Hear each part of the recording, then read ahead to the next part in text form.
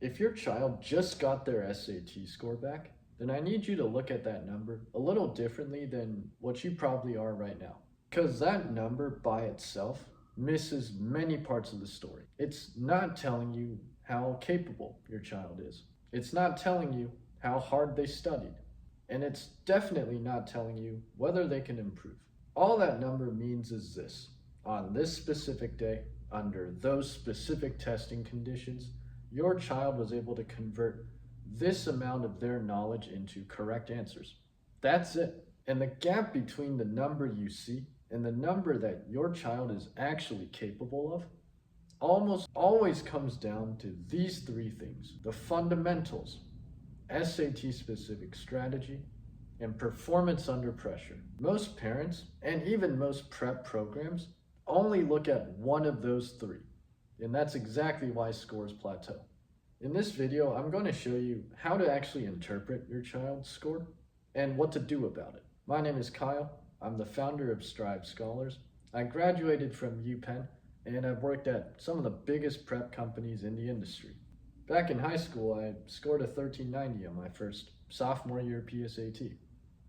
Not too bad, but not where I wanted to be either. I got to a 1580 in 2 months, not by studying more, but by studying the right things, in the right order, with the right system. And in my last few years working with students on the digital SAT, 95% of them get a 1500 plus or improve by 200 plus points. Not because they became smarter, but because we figured out which of the three pillars was actually broken and we fixed it. And that's exactly what I'm going to walk you through today. Every SAT score is a product of the following three things stacked on top of each other. So first, the fundamentals.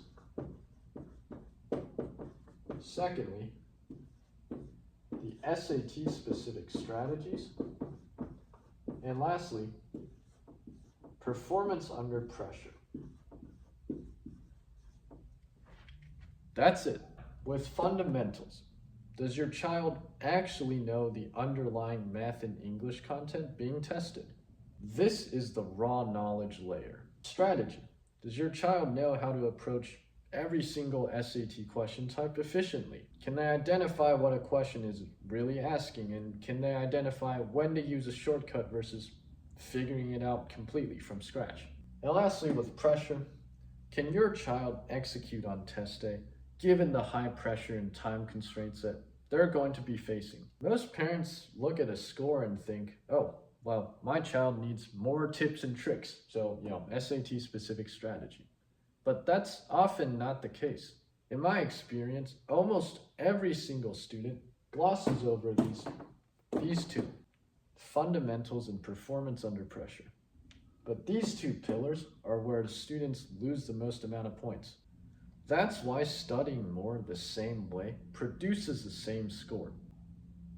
Your score report is lying to you because it gives you a number without telling you which layer is broken. Let me walk you through each one. First, the fundamentals. Now, if this is weak, nothing else matters.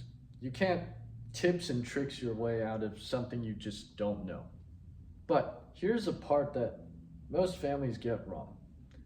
Most students and parents assume that they know more than they actually do. And here's what I mean. Most kids, or many kids, are in honors and AP classes, and they did very well in all those courses leading up to their AP classes. Parents see that and assume that the math and English knowledge is beyond a doubt just already locked in. But that's oftentimes not the case, because the SAT tests very specific content, basic skills like algebra, geometry, core grammar rules. And for many of these kids, these are things that they haven't practiced in years, sometimes since middle school. Naturally, they're going to be a bit rusty. The question isn't, does my child know algebra? It's, is my child so confident in algebra that they never mess it up? Quote unquote, knowing something and being so good at it that you never make a mistake are two very different things. And that second level of mastery is required to do well on the SAT. You have them sit down and say, if I wanted you to do this from scratch. Could you explain it to me? There are many key required skills for the SAT. Once those gaps are filled, your score will already improve. And what's more, you now built the foundation to shoot for a top tier score. But this first pillar is never talked about by any prep program online. Pillar 2, the SAT specific strategy. And this is where most points are lost for students scoring around the 1200 range. This is the layer between knowledge and execution. It's about whether your child is using their knowledge efficiently. Here's the cleanest way to explain this. Two students both know how to solve a quadratic equation, for example. One of them sees a question like that on the SAT and solves it by hand, showing each line of work in 3 minutes. The other one recognizes it, uses the Desmos calculator to solve it in 10 seconds, and moves on. Same knowledge, completely different approach, and so one student finishes comfortably while the other one runs out of time.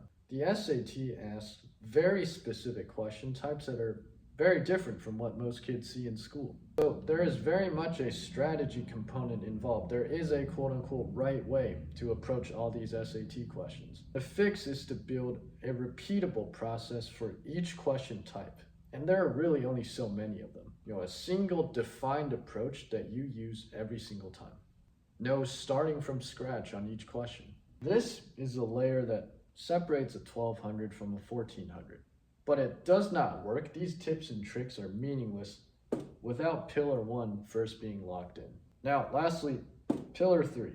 This is the most misunderstood one, and it's the one that's hardest for parents to see because it doesn't show up on the score report. Here's what a gap in performance under pressure looks like. Your child does all the Blue Book tests at home and gets a 1500 on all of them, but that's relaxed.